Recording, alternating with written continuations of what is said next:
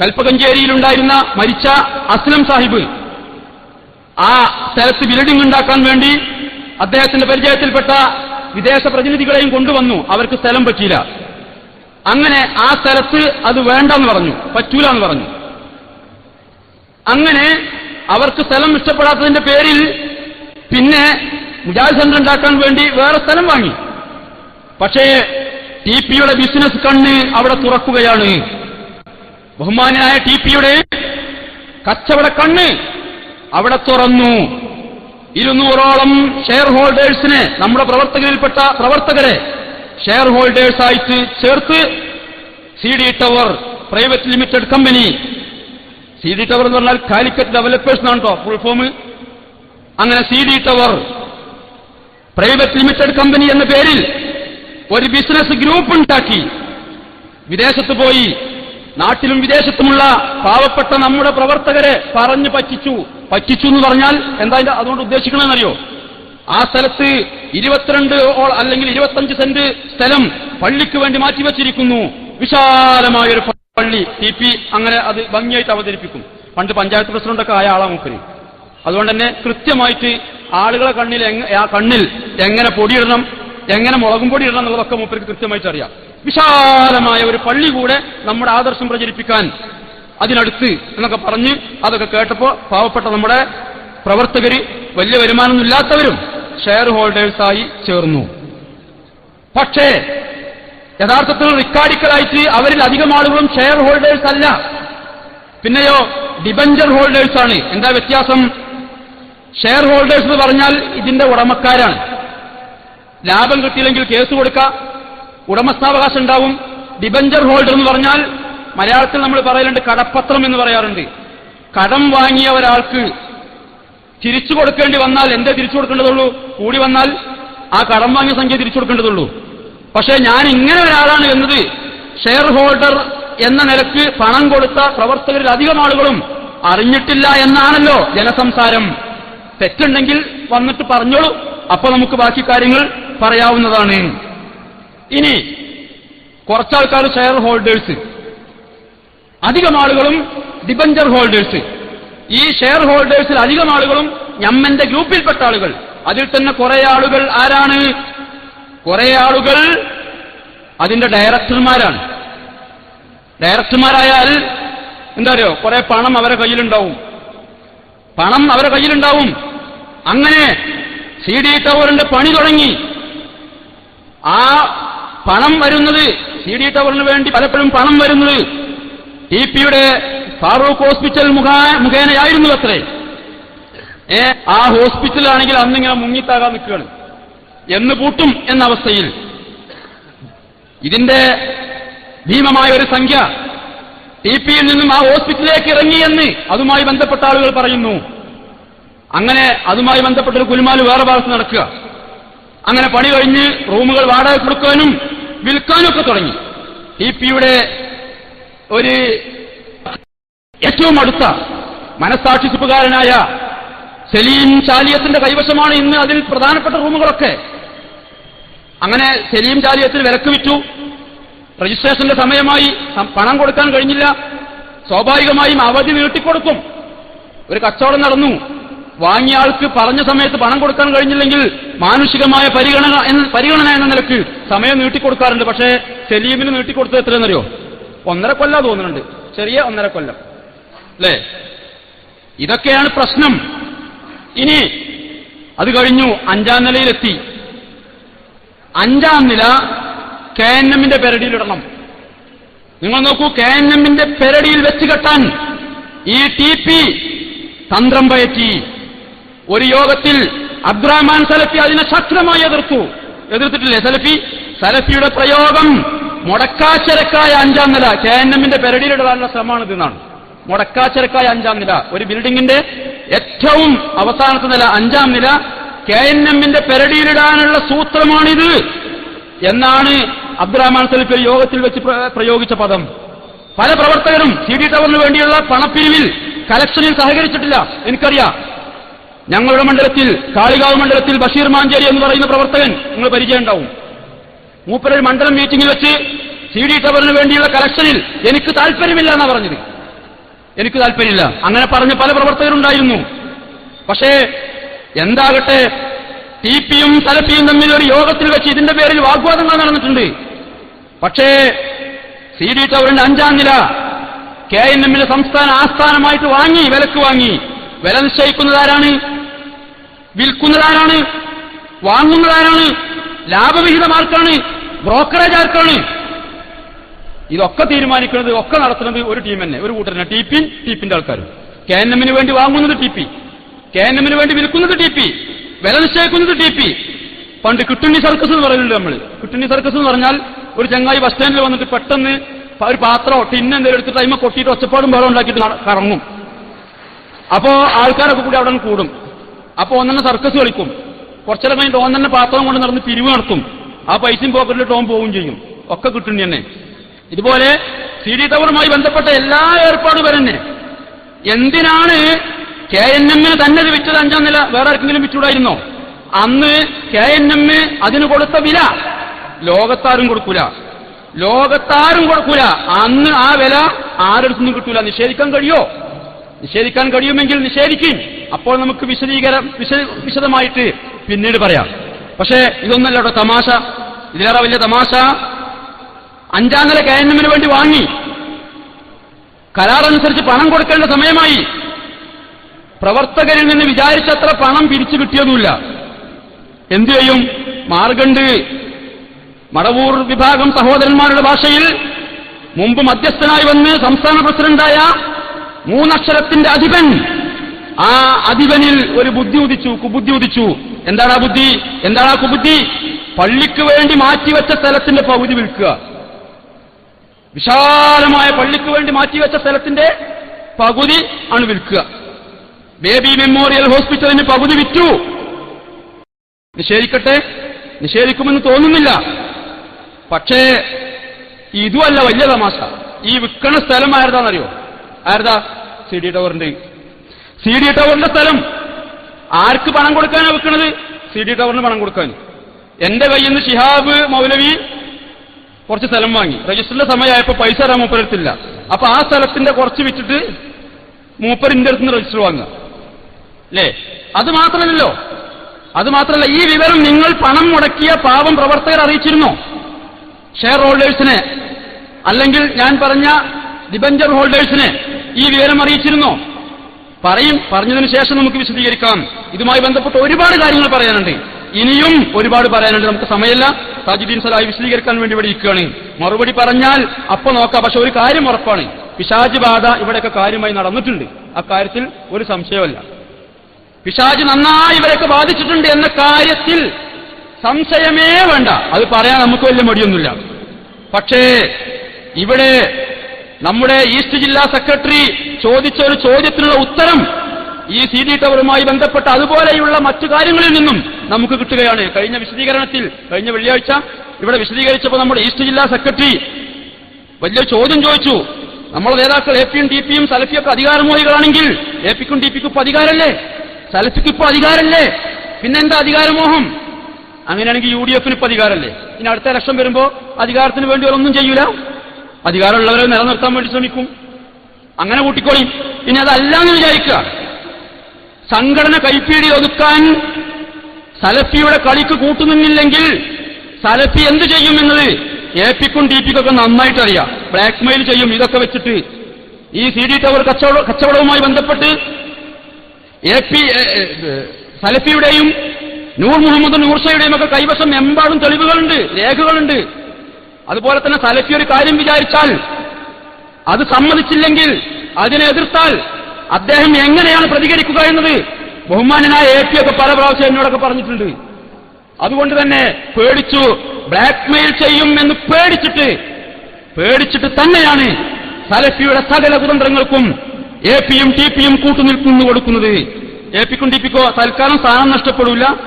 ഈ കള്ളത്തരങ്ങളൊക്കെ മറച്ചുവെക്കും ചെയ്യാം. സലഫിക്ക് general secretary ഇപ്പോ ആയിട്ടില്ലെങ്കിലും നെക്സ്റ്റ് ചാൻസ് എനിക്ക് തന്നെയാണെന്ന് ഉറപ്പിക്കാം. ഇനിയോ ഇപ്പോഴും സലഫി ജനറൽ സെക്രട്ടറി ആയതിന് തുല്യമാണ് കാര്യങ്ങളൊക്കെ നടക്കുന്നത്. അല്ലെങ്കിൽ പുതിയ സംസ്ഥാന ട്രഷററെ തീരുമാനിച്ചതാരാ? വർഷങ്ങളായിട്ട് അബ്ദുറഹ്മാൻ മദനി പാലത്തായിരുന്നല്ലോ നമ്മുടെ ട്രഷറർ. ആരാണ് പുതിയ ട്രഷററെ തീരുമാനിച്ചത്? AP ആണോ TP ആണോ? AP യും TP യും കൂടിയിട്ടല്ലേ ട്രഷററെ തീരുമാനിക്കേണ്ടത് നമ്മുടെ ഭരണഘടന പ്രകാരം അല്ലേ? അങ്ങനെയാണോ തീരുമാനിച്ചത്? തട്ടിപ്പറിച്ചു വാങ്ങിയതല്ലേ? തട്ടിപ്പറിച്ചു വാങ്ങിയതാണ്. അത് AP യുടെ സമ്മതപ്രകാരമാണോ നൂർഷയെ ട്രഷററാക്കിയത്? അതുമായി ബന്ധപ്പെട്ട് വേറെ ചില കാര്യങ്ങൾ എനിക്ക് വിശദീകരിക്കാറുണ്ട്. പക്ഷെ വേണ്ടി വന്നാൽ നമുക്ക് പിന്നീട് പറയാം. ഇവിടെ ഇനിയും മറുപടി ഉണ്ടാകും എന്ന് വിചാരിക്കുന്നു. ഇനി അധികാരത്തിന് വേണ്ടി ഒന്നും ചെയ്തിട്ടില്ല എന്ന് വിചാരിക്കുക. ഇവിടെ നാണിയാജി പറഞ്ഞതുപോലെ അധികാരം പിടിച്ചെടുക്കാൻ വേണ്ടി ഒന്നും ചെയ്തിട്ടില്ലെന്ന് സമ്മതിക്കുക നമ്മൾ. എന്നാൽ 15/3/2013 വെള്ളിയാഴ്ച ബഹുമാനപ്പെട്ട കോഴിക്കോട് മുനിസിപ്പൽ കോടതിയുടെ ഉത്തരവ്, ഓർഡർ എന്താണ്? TP അടക്കമുള്ള 23 സംസ്ഥാന കൗൺസിലർമാർ കൗൺസിലിൽ പ്രവേശിക്കരുത്, അയോഗ്യരാണ് അവരെന്നാണ്. AP യും TP യും പിറ്റേന്ന് പ്രസ്താവന. എന്താ പ്രസ്താവന? കോടതിയെ തെറ്റിദ്ധരിപ്പിച്ച് വിധി വാങ്ങിയതാണ്. കോടതിയെ തെറ്റിദ്ധരിപ്പിച്ച് വിധി വാങ്ങിയത്. ഞങ്ങൾ കേസ് കൊടുത്തു, അവർക്ക് നോട്ടീസ് അയച്ചു, കൗണ്ടർ കൊടുക്കാൻ പറഞ്ഞു, വിധി പറയാൻ വെച്ചു, അവർ കൗണ്ടർ കൊടുത്തു, വീണ്ടും അവരരജി കൊടുത്തു. ഞങ്ങൾക്ക് ഇനിയും തെളിവുകൾ ഹാജരാക്കാനുണ്ട്. ഒരിക്കൽ കൗണ്ടറും തെളിവുകളൊക്കെ കൊടുത്ത് അവർ തന്നെ വീണ്ടും ഞങ്ങൾക്ക് ഇനിയും ഇതുമായി ബന്ധപ്പെട്ട് ഒരുപാട് രേഖകൾ ഹാജരാക്കാനുണ്ട്, അന്ന് വിധി പറയരുത് എന്ന് പറഞ്ഞിട്ട് കോടതി അതും പരിഗണിച്ചു, തന്നോളൂ എന്ന് പറഞ്ഞു. വീണ്ടും കൊടുത്തു കുറെ തെളിവുകൾ. ഇതൊക്കെ കഴിഞ്ഞിട്ടാണ് ഇടക്കാല ഉത്തരവ് വന്നത്. 23 ആളുകൾ പുറത്തു നിൽക്കണം, കൗൺസിലിലേക്ക് പ്രവേശിക്കരുത്. എന്താ തെളിവ്? കോഴിക്കോട് സൗത്ത് ജില്ല KNMന്റെ മിനിറ്റ്സ് ബുക്കാണ് തെളിവ്. എന്നിട്ട് കോടതിയെ തെറ്റിദ്ധരിപ്പിച്ച് വിധി വാങ്ങിയതാണ്. അത് മാത്രമല്ല 31/3 കോഴിക്കോട് സൗത്ത് ജില്ലാ കൗൺസിൽ വിളിച്ചു, ഇവര് വീണ്ടും വിളിച്ചു. അപ്പോ എന്താണ് ഫലത്തിൽ അവർ അംഗീകരിച്ചത്? 2011 ഡിസംബറിൽ നടത്തിയ തെരഞ്ഞെടുപ്പ് ശരിയല്ല എന്ന് സമ്മതിക്കല്ലേ ചെയ്ത്? അല്ലെങ്കിൽ എന്തിനാ കോടതി ഇങ്ങനെ വിധി പറഞ്ഞതിന് അപ്പീൽ പോകല്ലേ വേണ്ടത്? തെരഞ്ഞെടുപ്പ് നടത്തണോ വേണ്ടത്?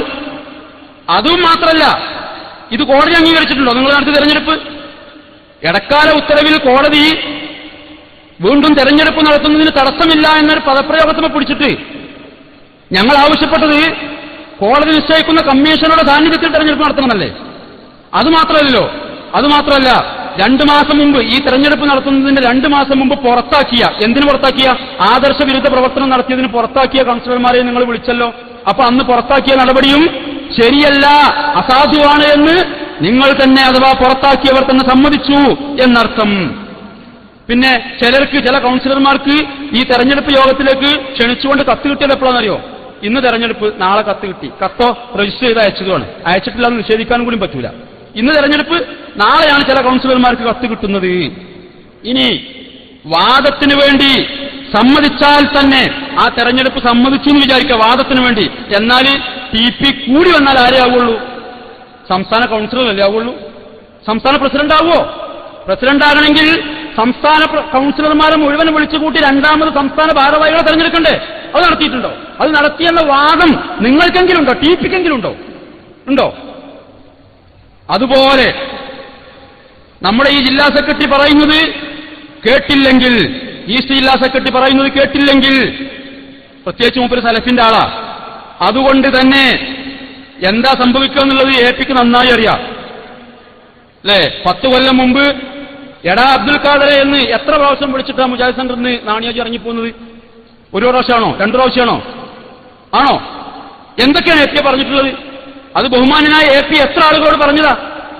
ഈ 10 കൊല്ലം ഈ മനുഷ്യൻ എവിടെയായിരുന്നു? നിങ്ങൾ ആരെങ്കിലും കണ്ടിരുന്നോ നാണിയാജിനെ? ആരെങ്കിലും കണ്ടിരുന്നു? ഏതെങ്കിലും രംഗത്ത് എവിടെയായിരുന്നു ഇയാൾ? എന്തായിരുന്നു പ്രശ്നം? അപ്പൊ മൂപ്പര് പറയുന്നത് കേട്ടിട്ടില്ലെങ്കിലും എന്ത് സംഭവിക്കും അത് APക്ക് അറിയാം. അയാൾ പറയുന്നവരെ പുറത്താക്കുന്ന പണിയാണ് ഇപ്പൊ APക്കുള്ളത്. മൂപ്പര് ലിസ്റ്റ് കൊടുക്കുക, പേര് അഡ്രസ് കൊടുക്കുക, ആ പുറത്താക്കി കത്തയക്കുക. ആ കത്തയച്ചതിലുള്ള വൈരുദ്ധ്യങ്ങളും രസകരമായ പല തമാശകളും അത് വിശദീകരിക്കാണ്ട് 2 മണിക്കൂർ. അപ്പോ ഇങ്ങനെയാണ് കാര്യങ്ങൾ. കത്തിലെ വാചകം എന്താ? കത്തിലെ വാചകം താങ്കൾ കടുത്ത സംഘടനാ വിരുദ്ധവും ആദർശവിരുദ്ധവുമായ പ്രവർത്തനം നടത്തിയതായി പരാതി ലഭിക്കുകയും ആയത് പ്രഥമ ദൃഷ്ട്യാ ശരിയാണെന്ന് ബോധ്യപ്പെടുകയും ചെയ്തതിന്റെ അടിസ്ഥാനത്തിൽ ഇത്രാം തീയതി ചേർന്ന സംസ്ഥാന ഭരണസമിതി യോഗം താങ്കളെ സംഘടനയുടെ പ്രാഥമിക അംഗത്വത്തിൽ നിന്നും നീക്കം ചെയ്യാൻ തീരുമാനിച്ചതായി ഇതിനാൽ അറിയിച്ചുകൊള്ളുന്നു. വിശദീകരണം കൊടുക്കാൻ ഇത്രാം തീയതി CG ടവറിലെത്തണം. ഇതാണ് കത്തിലെ വാചകം. പലരും ഇങ്ങനെ കത്ത് കിട്ടിയ പലരും കുറിച്ച് കിട്ടിയ പരാതിയുടെ കോപ്പി ഒന്ന് അയച്ചു തരണം സർ എന്ന് പറഞ്ഞിട്ട് KPക്ക് മറുപടി അയച്ചു നോക്കി. കാരണം അതൊരു മര്യാദയാണല്ലോ. ഏത് കോടതിയിലും ആരെക്കുറിച്ച് ആര് പരാതി കൊടുത്താലും അതിന്റെ കോപ്പി കോടതി കൊടുക്കും. നൂറുകണക്കിന് പ്രവർത്തകരുടെയും പണ്ഡിതന്മാരുടെയും പേരിൽ പരാതി കിട്ടി ആദർശ വിരുദ്ധ പ്രവർത്തനം നടത്തിയതിന്, സംഘടനാ വിരുദ്ധ പ്രവർത്തനം നടത്തിയതിന്, എന്നിട്ട് അതിന്റെ കോപ്പി ചോദിച്ചിട്ട് ആർക്കെങ്കിലും ഒരു കോപ്പി അയച്ചു കൊടുത്തോ? എനിക്കിങ്ങനെ കത്ത് വന്നാൽ 27-28 കൊല്ലമായിട്ട് ഈ സംഘടനയിൽ പ്രവർത്തിക്കുന്ന ഞാന്, പല സ്ഥാനങ്ങളും വഹിച്ചിട്ടുള്ള ഞാന്, എന്നെക്കുറിച്ചുള്ള പരാതി എന്താണെന്ന് അറിയാതെ അതിന് വിശദീകരണം കൊടുക്കാൻ പോകുമ്പോൾ ഏതൊക്കെ രേഖകളാണ് ഞാൻ കയ്യിൽ വെക്കേണ്ടതെന്ന് ഞാൻ എങ്ങനെ തീരുമാനിക്കുക? എനിക്ക് അതിന്റെ ഒരു കോപ്പി അയച്ചു തരണമെന്ന് ആവശ്യപ്പെട്ടാലെങ്കിലും അയച്ചു തന്നൂടെ? ഇനി അത് മാത്രമല്ല, അയച്ചു തരാൻ സാധിക്കുമോ? എപ്പിക്ക് സത്യസന്ധമായി അയച്ചു തരാൻ സാധിക്കുമോ? സാധിക്കൂല. താങ്കൾക്ക് ഈ ഒരു ഗതികേട് വന്നല്ലോ എപ്പി, അതിലാണ് സങ്കടം. താങ്കളെപ്പോലെയുള്ള ഒരാൾക്ക് ഈ ഒരു ദുരവസ്ഥ വന്നതിൽ നാണിക്കുന്നു, ലജ്ജിക്കുന്നു, ഖേദിക്കുന്നു, അത്രമാത്രം ഇപ്പൊ പറയുന്നുള്ളൂ. ഇനി പിന്നെ കഴിഞ്ഞ വെള്ളിയാഴ്ച പലവിധ ആരോപണങ്ങളും ഇവിടെ ഉന്നയിക്കുകയുണ്ടായി. അതുമായി ബന്ധപ്പെട്ട കാര്യങ്ങളൊക്കെ താജുദ്ദീൻ സലാഹി വിശദീകരിക്കും. അതുമായി ബന്ധപ്പെട്ട വിഷയങ്ങളൊക്കെ അല്ലേ? നമ്മുടെ PMA വഹാബ് സാറ് നടന്ന് പ്രസംഗിക്കുന്നു. എന്ത്? TK അഷ്റഫ് ഭയങ്കര അധികാരമോഹിയാണ്. പിന്നെ എടത്തനാട്ടിൽ വന്നിട്ട് മൂപ്പര് പ്രസംഗിക്കുക, എന്ത്? അധികാരമില്ലാതെ ജീവിക്കാൻ കഴിയില്ല TK അഷ്റഫിന്. പറയുന്ന ആൾക്കോ ഈ PMA വഹാബിനെ കഴിഞ്ഞ സംഘടനാ പ്രശ്നത്തിൽ, മടവൂർ വിഭാഗവുമായി ഉണ്ടായ പ്രശ്നത്തിൽ നിങ്ങൾ ആരെങ്കിലും എവിടെയെങ്കിലും കണ്ടിട്ടുണ്ടോ? അന്ന് ആദർശപരമായ പ്രശ്നങ്ങളൊന്നും ഇല്ലായിരുന്നു, സംഘടനാപരമായ പ്രശ്നങ്ങളൊന്നും ഇല്ലായിരുന്നു. എവിടെയായിരുന്നു ഇയാളുടെ സംഘടനാ കൂറ്? എവിടെയായിരുന്നു ഈ വിദ്വാന്റെ ആദർശ പ്രതിബദ്ധത? കാളികാവ് മണ്ഡലത്തിലുള്ള ഒരു പ്രവർത്തകനാണ്. ISM തെരഞ്ഞെടുപ്പിൽ അവിടുത്തെ പ്രവർത്തകര് പറഞ്ഞു, ഈ മണ്ഡലത്തിൽ നിന്ന് ഇവിടുത്തെ ദഅവത്ത് പ്രവർത്തനങ്ങൾക്ക് നേതൃത്വം കൊടുക്കണം നിങ്ങൾ. അയാൾ സലഫിന്റെ ആളാണെന്ന് പറഞ്ഞിട്ട് പ്രവർത്തകർ മാറ്റി നിർത്തിയതല്ല. മൂപ്പരങ്ങനെ സലഫിന്റെ ആളുമല്ല. മോങ്ങത്ത് നടന്ന ISM ജില്ലാ സമ്മേളനത്തിൽ പ്രോഗ്രാമിലില്ലാത്ത സലഫിയെ പ്രസംഗിപ്പിക്കാൻ വേണ്ടി കോക്കസ് പല കളികളും കളിച്ചപ്പോൾ വാശി പിടിച്ച ആളാണ് PMA വഹാബ്. ആര് സമ്മതിച്ചാലും ഞാൻ സമ്മതിക്കൂല, അങ്ങനെ ഒരു കളിക്ക് എന്ന് പറഞ്ഞ് വാശി പിടിച്ച ആളാ PMA വഹാബ്. കാളികാവ് മണ്ഡലത്തിലുള്ള പ്രവർത്തകർ, മേഖലയിലുള്ള പ്രവർത്തകർ അവിടെ പിടിച്ചു വെക്കാൻ കാരണം മൂപ്പർ സ്റ്റേജിൽ മാത്രം ജീവിക്കുന്ന ഒരാളാണ്. TK അഷ്റഫിനെ കളിയാക്കിയ സഹോദരൻ സ്റ്റേജിൽ മാത്രം ജീവിക്കുന്ന ഒരാളാണ്. ക്യാമറ കണ്ടാൽ ചിരി വരുന്ന ഒരാളുടെ പേര് പറയാൻ പറഞ്ഞാൽ ധൈര്യമായിട്ട് പറയാം PMA വഹാബ്. വെറുതെ ഇരുന്ന് ചിരിക്കും, ക്യാമറ കണ്ടാൽ മതി. ആരും ചിരിക്കുന്നുണ്ടാവില്ല. പക്ഷെ ഫോട്ടോ വരുമ്പോൾ മൂപ്പർ ഇങ്ങനെ ക്ലോസപ്പിന്റെ പരസ്യം കൊടുത്ത മാതിരി ചിരിച്ചിട്ടായിരിക്കുക. ഈ രൂപത്തിലുള്ള ഒരാള് TK അഷ്റഫിനെ പോലെയുള്ള ആളുകളെ അധികാരമോഹി എന്ന് വിളിക്കാൻ എടത്തനാട്ടിൽ വെച്ചിട്ട് മൂപ്പര് ചോദിക്കുക. എന്താ ചോദ്യം എന്നറിയോ? എന്താ ചോദ്യം? ഷരീഫും ഞാന് TK അഷ്റഫും തമ്മിൽ കഴിഞ്ഞ KNM തെരഞ്ഞെടുപ്പിനോടനുബന്ധിച്ച് നടന്ന സ്വകാര്യ സംഭാഷണം അത് പുറത്തുവിടാൻ ധൈര്യമുണ്ടോ? സഹോദര, സ്വകാര്യ സംഭാഷണം പുറത്തുവിട്ടാ പിന്നെ അതിന് സ്വകാര്യം എന്ന് പറയൂ? ഞാനും വഹാബും തമ്മിലുള്ള എല്ലാ സ്വകാര്യവും അനക്കും എന്റെ വീട്ടുകാർക്കും പറഞ്ഞു തരാനുള്ളതാ ആണോ? അങ്ങനെ ഉണ്ടായിട്ടില്ല എന്നുള്ളത് വേറെ കാര്യം.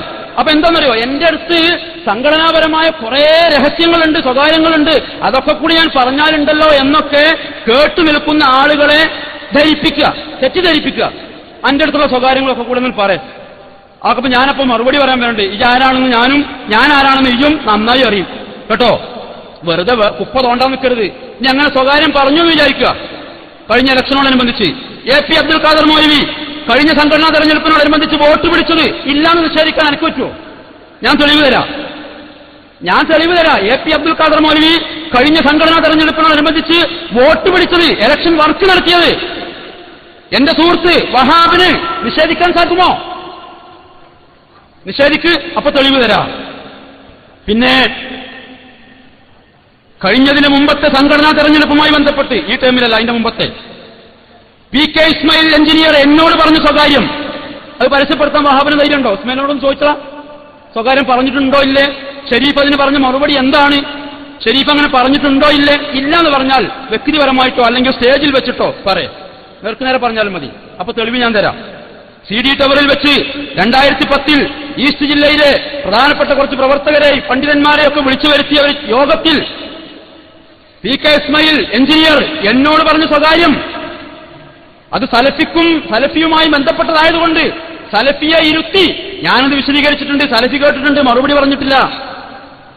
ഇസ്മായിൽ എഞ്ചിനീയറോട് ചോദിക്ക്, വഹാബ് സാറ് ചോദിക്ക്, എന്നിട്ട് മറുപടി പറയും. ആ സ്വകാര്യവും പരസ്യപ്പെടുത്താൻ ഉള്ള ഒരു ധൈര്യം കാണിച്ചിട്ട് പോരെ ഞാനും അഷ്റഫും തമ്മിൽ സംസാരിച്ചത് പുറത്തുവിടുമോ എന്നൊക്കെ ചോദിക്കാൻ. പിന്നെ വഹാബ് പറഞ്ഞു, ഫർണിച്ചർ മോഷണം പോയി ഇസ്ലാമിക് ക്യാമ്പസിൽ നിന്ന്.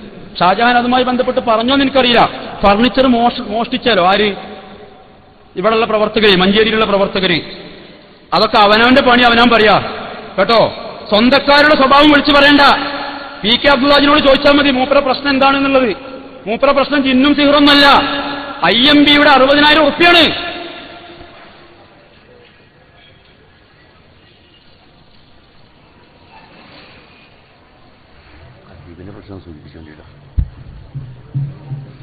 പറഞ്ഞത് ആർക്കും ചോദിച്ചു, അത് പറയാൻ പറ്റൂല. വാങ്ങിയോനും ഞാനും മാത്രമേ അറിയാൻ പാടുള്ളൂ. പാവപ്പെട്ട രോഗികൾക്ക് മരുന്ന് വാങ്ങി കൊടുക്കാനുള്ള പൈസ. അപ്പൊ ഒരാൾ ചോദിച്ചു, നിങ്ങളെ കുടുംബ സ്വത്താണോ സദസ്സെന്ന്. അങ്ങനെ ഉസ്മാൻ മദനി ഒരു പുതിയ തീരുമാനം കൊണ്ടുവന്നു.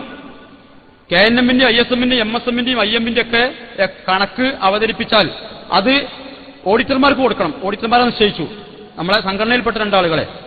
അവർ ഓഡിറ്റ് ചെയ്ത റിപ്പോർട്ട് അടുത്ത യോഗത്തിൽ അവതരിപ്പിക്കണം. ആ തീരുമാനം വന്നു. അന്ന് മുതൽ മൂപ്പര് നമ്മളെയൊക്കെ ശത്രു ആയി. ഇതാണ് മൂപ്പര പ്രശ്നം. ഇങ്ങനെ എന്ത് നുണ പറഞ്ഞാലും ചുരുക്കത്തിന് വഹാബിന്റെ കക്ഷിക്ക് യോജിക്കുന്നതാണ് ഒക്കെ എന്നർത്ഥം. നാണിയാജി ഇവിടെ വലിയൊരു അപരാധം നമ്മൾ ചെയ്ത് പറഞ്ഞെന്താണെന്നറിയോ? തിരുവനന്തപുരത്ത് കേസ് കൊടുത്തു, സ്വന്തം കക്ഷിയിൽപ്പെട്ട 2 ആളുകളെ പ്രതി ചേർത്ത് കേസ് കൊടുത്തു. ഇവരൊരു വിവരദോഷം എന്നൊക്കെ പറഞ്ഞിട്ട്. ഇത് നാണിയാജി അയച്ച നോട്ടീസാ. ഇത് ആർക്കൊക്കെ ഉള്ളതാ? EK അബ്ദുസലാമിന്, പ്രൊഫസർ PN അബ്ദുറഹ്മാൻ സാഹിബിന്, പിന്നെ നമ്മളെ അബ്ദുറഹ്മാൻ, അത് നമ്മളെ പട്ടൻ കുഞ്ഞുട്ടി ആരെ കക്ഷിപ്പെട്ട ആളാ? നാണിയാജിന്റെ വലങ്കയ്യല്ലേ? ഈ നോട്ടീസിൽ പറയുന്നത് പോലെ ഒരാഴ്ചക്കകം ചെയ്തിട്ടില്ലെങ്കിൽ കോടതിയെ സമീപിക്കും, കേസ് കൊടുക്കുന്ന പറഞ്ഞിട്ടുള്ളത്. അപ്പൊ കുഞ്ഞുട്ടിക്ക് നിങ്ങൾക്ക് നോട്ടീസ് കൊടുക്കാം അല്ലേ? ഞങ്ങൾക്ക് പറ്റൂല. അപ്പൊ എന്തിനാണ് വെറുതെ ഈ രൂപത്തിലുള്ള തെറ്റിദ്ധരിപ്പിക്കലുകളൊക്കെ? അതിന്റെ ഒന്നും ആവശ്യമില്ല. പിന്നെ ഒരു സഹോദരൻ പ്രസംഗിക്കുക, കാട്ടുകുരങ്ങന്റെ പേരിലൊരു സംഘടന ഉണ്ടാവുമോ? ജിന്നിന്റെ പേരിലൊരു സംഘടന. നമ്മളെ കളിയൊക്കെയാണ്. ജിന്നിന്റെ പേരിലൊരു സംഘടന, നിങ്ങളെ സംഘടനയോ ഞാനെന്ന് വിചാരിക്കുക. സംസ്ഥാന പ്രസിഡന്റിന്റെ കഥപ്പ ഞാൻ പറഞ്ഞു. കോടതിയുടെ ഭാഷയിൽ നിയമപരമായി അല്ലാതെയും അദ്ദേഹം പ്രസിഡന്റല്ല, സംസ്ഥാന കൗൺസിലർ പോലുമല്ല. ഇനി ജനറൽ സെക്രട്ടറി ഉണ്ടോ എന്ന് സംശയമാണ്. കാരണം ഈ 23 അയോഗ്യർ അടങ്ങുന്ന ബോഡിയാണ് അദ്ദേഹത്തെ തെരഞ്ഞെടുത്തിട്ടുള്ളത്. അതൊക്കെ കോടതി പറയട്ടെ. പിന്നെ ഇനി നിങ്ങൾ അഡ്വോക്ക് MSM-ന്റെ സംസ്ഥാന ജനറൽ സെക്രട്ടറി ഇപ്പുണ്ടോ? 3 മാസം കഴിഞ്ഞപ്പോഴേക്ക് ഈ ഷിർക്കാണെന്ന് മൂപ്പർക്ക് തോന്നിയില്ല. ഷിർക്കല്ലാന്നാ തോന്നിയത്. മൂപ്പര് രാജിവെച്ചു. അഡ്വോക്ക് ISM-ന്റെ ജനറൽ സെക്രട്ടറി ഉണ്ടോ? PK സക്കരിയ സലാഹി ഉണ്ടോന്നും ഇല്ലാന്നും കേൾക്കുന്നുണ്ട്. ജാമ്യയിൽ ഇപ്പൊ എന്തായാലും മൂപ്പര് ഇല്ല. ഞാൻ അവസാനിപ്പിക്കാൻ സമയമില്ലാത്തതുകൊണ്ട് പല തെറ്റിദ്ധാരണകളും സൃഷ്ടിക്കാൻ ശ്രമിച്ചിട്ടുണ്ട്. പിന്നീട് വിശദീകരിക്കാം. നാണിയാജി ഇവിടെ പറഞ്ഞത് പല പ്രാവശ്യം ഉസ്മാൻ മദനിയുമായി ബന്ധപ്പെട്ടു. ഒത്തൊരുമിച്ച് പോകാനുള്ള സമവായത്തിനുള്ള എല്ലാ ശ്രമങ്ങളും ഞാൻ നടത്തി, പക്ഷേ സമ്മതിച്ചില്ല എന്നാ. എങ്ങനെ സമ്മതിക്കുക? മൂപ്പർക്ക് എന്താ വേണ്ടത്? ഉസ്മാൻ മദനിനെ ഔട്ടാക്കണം. മൂപ്പര് വിചാരിച്ച എല്ലാവരും ഔട്ടാക്കണം. എന്നാൽ ഉസ്മാൻ മദനിക്ക് എതിരല്ല ഞാനിന്ന് വരുത്തി തീർക്കും വേണം. അതിൽ വന്നിട്ട് പറ്റൊരു ക്ലോസ് വെച്ചു ഉസ്മാൻ മദനിനോട്. ഇന്ന ആളുകളൊക്കെ, ആ ജിന്നുകളൊക്കെ ഒഴിവാക്കുകയാണെങ്കിൽ നമുക്ക് ഒത്തൊരുമിച്ച് ഒരു സമവായത്തിലൊരു കമ്മിറ്റി ഉണ്ടാക്കാൻ നടക്കുമോ? ഞാൻ പറഞ്ഞു ഉസ്മാൻ മദനിനോട് അങ്ങനെ ആയിക്കോട്ടെ എന്നാലും പറഞ്ഞു. ഉസ്മാൻ മദനിനോട് പിരാന്തുണ്ട് എനിക്ക്. ഒരുമിച്ച് ഒരു കാലം തൗഹീദി രംഗത്ത് പ്രവർത്തിച്ച ഒരുപാട് ആളുകളെ, ഇന്ന ആളുകളൊക്കെ ജിന്നെന്ന് പറഞ്ഞിട്ട് മാറ്റി നിർത്തണമെന്ന് പറഞ്ഞിട്ട് ഒരു സമവായത്തിന് സമ്മതിക്കുന്ന പ്രശ്നമല്ല എന്ന് ഉസ്മാൻ മദനിക്ക് തോന്നിയിട്ടുണ്ടാവും. ഇനി ഇവർക്ക് കഴിയും, എന്തിനും കഴിയും. നമ്മുടെ മേൽ ശിർക്കാരോപിക്കാൻ മാത്രമല്ല കഴിയുക, ഇവരൊക്കെ ചെയ്യുന്ന തെമ്മാടിത്തം സംഘടനയുടെ പെരയിൽ വെച്ച് കെട്ടാൻ അവർക്ക് കഴിയും. അങ്ങനെ രക്ഷപ്പെടാനും കഴിയും.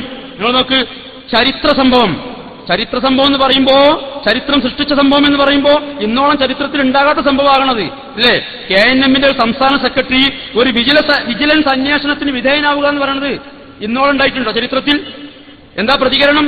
ജയിലിൽ പോയാലും തൗഹീദ് പറയും. പറഞ്ഞാട്ടാ തോന്നുന്നത് എന്താ അറിയോ? കേസ് കൊടുത്തോം ഇയാൾ തൗഹീദ് പറയാണ് എല്ലായിടത്തും പറഞ്ഞിട്ടാ കേസ് കൊടുത്തതെന്ന് തോന്നും അല്ലേ? അതിനാ കേസ് കൊടുത്ത്. പക്ഷെ ഇനി അങ്ങനെയാണ് വിചാരിക്കുക, വിദേശത്തുള്ള ദിവസം ഇവിടെ ഒപ്പിട്ട് ശമ്പളം വാങ്ങി, അത് ആ ചെയ്തത് വഷളത്തരാണ്, ഓനെ വളപ്പ് കടിപ്പിക്കാൻ പറ്റില്ല, ആള് മോശമാണ് എന്നൊക്കെ പറയാം. പക്ഷെ ഓൻ മുശരിക്കാണെന്ന് പറഞ്ഞാൽ നമ്മൾ വിടുവോ? അത് ശിർക്കാണെന്ന് പറഞ്ഞാൽ വിടൂല, അത് ഹറാമാവും, വഷളത്തരാണ്. സംഘടനയുടെ അല്ല, നാട്ടില് മൂപ്പരെ ഒരു സ്ഥലത്തും അയാളെ പ്രവേശിപ്പിക്കാൻ പാടില്ല എന്നൊക്കെ നമ്മൾ പറയും. പക്ഷെ മുശരിക്കാണെന്ന് പറഞ്ഞാൽ നമ്മൾ വിടൂല. കാരണം അത് ശിർക്കല്ല, അതിൽ പ്രാർത്ഥനയില്ല, തട്ടിപ്പും പൊട്ടിപ്പും ചതിയും വഞ്ചനയൊക്കെ ഉണ്ട്. പക്ഷേ മൂപ്പരെന്താ പറഞ്ഞത്? തൗഹീദ് പറയും ജയിലിൽ വെച്ചും. പാവം, എന്തൊരു തൗഹീദിനോടുള്ള പ്രതിബദ്ധത നോക്കിങ്ങൾ അല്ലേ? അവിടെയും തൗഹീദ്. എന്നിട്ട് പിന്നെ ഒരു ഷുക്കൂർ സലാഹി ഇവിടെ അതിനൊരു താങ്ങ് 15 ആളുകൾ ഞങ്ങൾ റെഡിയാക്കി വെച്ചിട്ടുണ്ട്, ഇതുപോലെയുള്ള നിങ്ങളെ കൂട്ടത്തിൽപ്പെട്ട ആളുകളെ. അതുകൊണ്ട് ഇതില്ലാതാകുമോ? കൊടുക്കും അല്ലെങ്കിൽ ആ അഡ്രസ്സും ആ തെളിവുകളൊക്കെ തരും, ഞങ്ങൾ കൊടുത്തോളാം. നമ്മളെ കൂട്ടത്തിൽ ഈ ജാതി ആളുകൾ വേണ്ടേ? രണ്ടു കൂട്ടത്തിലും വേണ്ട. ആ തെളിവ് ആരോടത് പറയണത്? ഇനി ഒക്കെ ഒന്ന് എടുക്കുക, നമ്മൾ എല്ലാവരും ഒന്ന് എടുക്കുക, നിങ്ങളൊന്ന് കൊടുത്തു വെക്കുക. ആർക്കാ മുൻതൂക്കം കിട്ടുക നമുക്ക് നോക്കാം. രണ്ട് ടീമിനെയും നോക്കിയാൽ ഏറെക്കുറെ നാട്ടുകാർക്കും രാഷ്ട്രീയക്കാർക്കും ഒക്കെ ബോധ്യമായിട്ടുണ്ട്. കഴിഞ്ഞ 2 മാസം മുമ്പ് വയനാട് നടന്ന മുസ്ലിം യൂത്ത് ലീഗിന്റെ സംസ്ഥാന നിർവാഹക സമിതി യോഗം അവര് പാസാക്കിയ ഐക്യകണ്ഠ്യേന പാസാക്കിയ പ്രമേയം എന്താ നിങ്ങൾ വായിച്ചിട്ടുണ്ട് പത്രത്തിൽ. അവർക്ക് വരെ മനസ്സിലായിട്ടുണ്ട് ഇതൊക്കെ എന്താണ് ഈ ജിന്നും ഈ ഷീറും ഈ വിവാദമൊക്കെ എന്നുള്ളത്. ഇനി അവിടെയും തൗഹീദ്. മൂപ്പര് യൂസുഫ് നബി ആകാൻ ശ്രമിക്കുക, ജയിലിൽ കിടന്നാലും തൗഹീദ് പറയും. ജയിൽ പുള്ളികൾക്ക് തൗഹീദ് പറയാനേ ജയിൽ ശിക്ഷ അനുഭവിക്കുന്നു വേണ്ട. അതിന് ഇന്ത്യ രാജ്യത്ത് വേറെ പല മാർഗങ്ങളുണ്ട്. തൗഹീദ് പറയല്ലേ വേണ്ടത്? ജയിൽ പുള്ളികൾക്ക് തൗഹീദ് എത്തിച്ചു കൊടുക്കല്ലേ വേണ്ടത്? അതിനെന്തെല്ലാം നല്ല സംവിധാനങ്ങളുണ്ട്. അതിന് ഞാനൊരു ജയിൽ പുള്ളിയാകണോ? അതിന്റെ ആവശ്യമില്ലല്ലോ. ഇനി അതുപോലെ 14/4/2013 സമുദായ നേതാവ് വഞ്ചിച്ചതായി പരാതി എന്ന് പറഞ്ഞിട്ട് ഒരു പെണ്ണ് പത്രസമ്മേളനം നടത്തിയത് നമ്മൾ പത്രങ്ങളിൽ വായിച്ചു. പ്രതികരണം എന്താ? ഞാനടക്കമുള്ള വിഭാഗത്തെ പ്രസ്ഥാനത്തെ തേജോവധം ചെയ്യാൻ നടത്തിയ ഗൂഢശ്രമത്തിന്റെ ഭാഗമാണ് എന്നാ. അതും സംഘടനന്റെ പേരടിയിൽ. പാവം KNM അല്ലേ? എപിക്ക് പരാതി കിട്ടി നമ്മളെ പറ്റിയൊക്കെ സംഘടനാ വിരുദ്ധവും ആദർശവിരുദ്ധവുമായ പ്രവർത്തനം നടത്തി എന്നുള്ളതിന്. ഉടനെ മൂപ്പർക്കത് പ്രഥമ ദൃഷ്ട്യാ എപിക്ക് ബോധ്യപ്പെട്ടു, ഉടനെ പുറത്താക്കി. എന്നാൽ നാണിയാജിയെക്കുറിച്ച് AP നിങ്ങൾക്ക് ഒരു പരാതിയും കിട്ടിയിട്ടില്ലേ? അബ്ദുറഹ്മാൻ സൽഫിയെക്കുറിച്ച് പ്രിയപ്പെട്ട AP നിങ്ങൾക്ക് ഒരു പരാതിയും കിട്ടിയിട്ടില്ലേ? ഡസൻ കണക്കിന് പരാതികൾ ഞാൻ വായിക്കാലോ ഇവിടെ കൊണ്ടുവന്നിട്ട്, നാട്ടുകാർ കൊടുത്തതും പ്രവർത്തകർ കൊടുത്തതും ഒക്കെ. എന്നിട്ട് എന്റെ ഒരു അന്വേഷണവും പുറത്താക്കലില്ലാത്തത് എന്ത് പറ്റി? എന്ത് നടപടിയെടുത്തു? കരുവള്ളി വന്നിട്ടില്ലേ നിങ്ങൾക്ക് പരാതി? കരുവള്ളി മുഹമ്മദ് മൗലവി വന്നിട്ടില്ലേ? എന്ത് നടപടിയെടുത്തു നിങ്ങൾ? പരാതി കിട്ടിയിട്ടില്ല എന്ന് AP പറയോ? പറയട്ടെ, അപ്പോ വായിക്കാം. എല്ലാ പരാതിന്റെ കോപ്പിയും കൊണ്ടുവന്നിട്ട് അപ്പോ വായിക്കുക. വരുത്തരുത് അതിനൊന്നും ദയവ് ചെയ്ത്. നിങ്ങളുടെ ഈ കള്ളക്കളികൾ മറച്ചുവെക്കാൻ അതിനുവേണ്ടി PN അബ്ദുൽ ലത്തീഫ് മദനിയെ പോലെയുള്ള ആളുകളെ കുറിച്ച് സാമ്പത്തിക അഴിമതി ആരോപിക്കുന്നവർ മനസ്സിലാക്കണം. പറയാനുള്ളത് മുഴുവൻ പറഞ്ഞാൽ വലിയ രസമുണ്ടാവില്ല. കുപ്പ തോണ്ടരുത്, ഓട് കാണും എന്ന് മാത്രമേ ഈ സമയത്ത് പറയാൻ ഉദ്ദേശിക്കുന്നുള്ളൂ, വിശദീകരിക്കുന്നില്ല. യാതൊരു തെളിവുമില്ലാതെ ഈ രൂപത്തിൽ പ്രചരിപ്പിക്കുമ്പോൾ നേതാക്കളോട് വിനയപൂർവ്വം പറയാനുള്ളത്, നിങ്ങളുടെ കയ്യിലുള്ളത് ഏറ്റവും വലിയൊരു അമാനത്താണ്. അത് നിങ്ങൾ സൂക്ഷിക്കണം. അള്ളാഹുവിന്റെ ശിക്ഷയെ നിങ്ങൾ ഭയപ്പെടണം. ഇൻഷാ അല്ലാഹ് നമുക്ക് വിശദീകരിക്കാം. മറുപടി ഉണ്ടാകുമെന്ന് പ്രതീക്ഷിക്കുന്നു. നമുക്ക് വിശദീകരിക്കാം. ഈ പറഞ്ഞ ഞാൻ സൂചിപ്പിച്ചു പോയ ഓരോ കാര്യങ്ങളും മണിക്കൂറുകൾ വിശദീകരിക്കേണ്ടതാണ് അല്ലേ? കഴിഞ്ഞ സംഘടനാ തെരഞ്ഞെടുപ്പിനോടനുബന്ധിച്ചുണ്ടായ കള്ളത്തരങ്ങൾ ISM-ലും MSM-ലും പെട്ട ആളുകൾ നേതൃസ്ഥാനത്ത് വരാൻ ക്ലോസാണ്. എന്നിട്ട് ഡോക്ടർ സുൽഫീഖർ അലിയോ ISM-ന്റെ ആരായിരുന്നു? മൂപ്പര് സംസ്ഥാന വൈസ് പ്രസിഡന്റ് ആയിരുന്നു. വന്നു നോക്കുമ്പോൾ KNM-ന്റെ സംസ്ഥാന സെക്രട്ടറിയാ. പിന്നെ പാനൽ അവതരിപ്പിക്കേണ്ടി വന്നാൽ അവതരിപ്പിക്കുന്നവനും പിന്താങ്ങുന്നവനും പാനലിൽ ഉണ്ടാകാൻ പാടില്ല. അതിന്റെ പേരിലാണ് ഒതായിലൊക്കെ പ്രശ്നം ഉണ്ടായത്. സംസ്ഥാന തെരഞ്ഞെടുപ്പിൽ പാനൽ അവതരിപ്പിച്ചതാരാ? M മുഹമ്മദ് മദനി. പിന്താങ്ങിയതാരാ? PP ഉണ്ണിക്കുട്ടി മൗലവി. രണ്ടാളും സംസ്ഥാന കമ്മിറ്റിയിലുണ്ട്. അത് അവർക്ക് ബാധകമല്ല. ഈ രൂപത്തിലുള്ള കള്ളത്തരങ്ങൾ പലതും ചെയ്ത് പ്രവർത്തകരെ വേദനിപ്പിച്ച് തമ്മിലടിപ്പിച്ച് അല്ലേ? പാർട്ടി മകനും തമ്മിൽ കേസ് കൂടുക, അയൽവാസികൾ തമ്മിൽ തെറ്റി, ഭാര്യയും ഭർത്താവും തമ്മിൽ പ്രശ്നമായി, കോടതികളിലും പോലീസ് സ്റ്റേഷനുകളിലും പരാതികളെത്തി. പക്ഷേ എന്റെ പേരിലൊരു പരാതി, ഒരു കേസ് വന്നപ്പോ ജയിലിൽ കിടന്നാലും തൗഹീദ് പറയും. ഒന്ന് അനുഭവിക്കുക. ഇതൊക്കെ അള്ളാന്റെ പണിയാണ്. കാര്യങ്ങൾ ഇൻഷാ അല്ലാഹ് വേണ്ടി വന്നാൽ നമുക്ക് വിശദമായിട്ട് പറയാം. ഒരുപാട് ഞാൻ ഇപ്പോ അവസാനമായി മുമ്പിലിരിക്കുന്ന സഹോദരന്മാരോട് സൂചിപ്പിക്കാനുള്ള എന്തെന്നറിയോ? വെറുപ്പ് വിചാരിക്കരുത്. ഒന്നും പറഞ്ഞിട്ടില്ല, വാക്ക് കടിച്ചിട്ടില്ല. എന്താ പറയാത്തതെന്നറിയോ? നിങ്ങളൊക്കെ പേടിച്ചിട്ടാ പറയാത്തത്. ഇങ്ങനെയൊക്കെ ഇതൊക്കെ വിളിച്ചു പറയണോ, ജനങ്ങളെ കേൾപ്പിക്കണോ എന്നൊക്കെ ചിന്തിക്കുന്ന ഒരുപാട് ആളുകൾ ഈ സദസ്സിലുണ്ടായിരിക്കും, എനിക്കറിയാം. പക്ഷേ തീരെ പറയാതിരുന്നാൽ തെമ്മാടികൾ ആധിപത്യം വാഴുന്ന ഒരു ദുരവസ്ഥ നമ്മുടെ പ്രസ്ഥാനത്തെ സംബന്ധിച്ചിടത്തോളം ഇപ്പോൾ തന്നെ ഉണ്ടായി, ഇനിയും അത് തുടരും. അത് അനുവദിച്ചുകൂടാ. ഒരുപാട് കാര്യങ്ങൾ ഇൻഷാ അല്ലാഹ് നമുക്ക് വിശദീകരിക്കാം. ഞാൻ അവസാനിപ്പിക്കുകയാണ്. മറുപടി പറയണം, പറഞ്ഞാൽ വീണ്ടും നമുക്ക് വിശദീകരിക്കാം എന്ന് മാത്രം ഓർമ്മപ്പെടുത്തിക്കൊണ്ട് ഞാൻ എന്റെ വാക്കുകൾ അവസാനിപ്പിക്കുന്നു. താജുദ്ദീൻ സലാഹിയുടെ പ്രഭാഷണം തീരുന്നതുവരെ അതാണ് പ്രധാനപ്പെട്ട വിഷയം. നമ്മൾ ഈ വക കള്ളത്തരങ്ങളും ചതിയും വഞ്ചനയും ഒക്കെ ഉണ്ടായിട്ടും ഇതുവരെ ഇതൊന്നും പറയാതിരുന്നത് എന്താണെന്നറിയോ? അതിന്റെയൊക്കെ പേരിലാണ് ഈ പ്രശ്നം ജനങ്ങൾ തെറ്റിദ്ധരിക്കരുതെന്ന് വിചാരിച്ചിട്ടാണ്. അടിസ്ഥാനപരമായ പ്രശ്നം, ആദർശപരമായ പ്രശ്നം ആദ്യം മനസ്സിലാക്കട്ടെ, അതിനുശേഷം മതി ബാക്കിയുള്ള കാര്യങ്ങൾ വിചാരിച്ചിട്ടാണ് ഇൻഷാ അല്ലാഹ് എന്ന് വിചാരിച്ചിട്ടാണ്. ഇനി നമുക്ക് സംഘടനാപരമായ വിശദീകരണങ്ങളിലേക്കും അല്പാൽപമായിട്ട് ഇറങ്ങാം, അത് തുടങ്ങാം എന്ന് മാത്രം ഓർമ്മപ്പെടുത്തിക്കൊണ്ട് അള്ളാഹു എല്ലാം കേൾക്കാനും സത്യം അംഗീകരിക്കാനും അത് പ്രചരിപ്പിക്കാനുമുള്ള തൗഫീക്ക് നമുക്ക് ഏവർക്കും നൽകുമാറാകട്ടെ എന്ന് ആത്മാർത്ഥമായി പ്രാർത്ഥിച്ചുകൊണ്ട് ഞാൻ അവസാനിപ്പിക്കുകയാണ്. ഇത്രയും പറഞ്ഞത് നിർബന്ധിതാവസ്ഥയിൽ പറഞ്ഞു പോയതാണ്. അള്ളാഹു അത് അനുവദിച്ചിട്ടുണ്ട്. ഞാൻ ഓതിയ ആയത്ത് നിങ്ങൾക്കറിയാം, ലാ യുഹിബ്ബുല്ലാഹുൽ ജഹ്റ ബിസ്സൂഇ മിനൽ ഖൗലി ഇല്ലാ മൻ വുലിമാ. ദ്രോഹിക്കപ്പെട്ടവനൊഴികെ ചീത്തവാക്ക് പരസ്യപ്പെടുത്തുന്നത് അള്ളാഹുവിന് ഇഷ്ടമല്ല. ദ്രോഹിക്കപ്പെട്ടവൻ അള്ളാഹു അത് അനുവദിച്ചിട്ടുണ്ട്. അനുവദിക്കാനുള്ള കാരണം ഇതൊക്കെയാണ്. കാരണം തീരെ പറഞ്ഞിട്ടില്ലെങ്കിൽ ഏറ്റവും വലിയ അപകടകരമായ അവസ്ഥയാണ് നമ്മുടെ നാട്ടിൽ നിലനിൽക്കുക. അതുകൊണ്ട് തന്നെ അല്പം കാര്യങ്ങൾ വിശദീകരിച്ചു. വേണ്ടി വന്നാൽ നമുക്കിനിയും പറയാം. അള്ളാഹു നമ്മെ അനുഗ്രഹിക്കുമാറാകട്ടെ. സത്യത്തിന്റെ കൂടെ നിൽക്കാനും അത് പ്രചരിപ്പിക്കാനും അത് ഉൾക്കൊണ്ടുകൊണ്ട് മരണം വരെ ജീവിക്കാനുമുള്ള തൗഫീക്ക് നൽകി നാഥൻ നമ്മെ ഏവരെയും അനുഗ്രഹിക്കുമാറാകട്ടെ. അൽഹംദുലില്ലാഹി റബ്ബിൽ ആലമീൻ. അസ്സലാമു അലൈക്കും.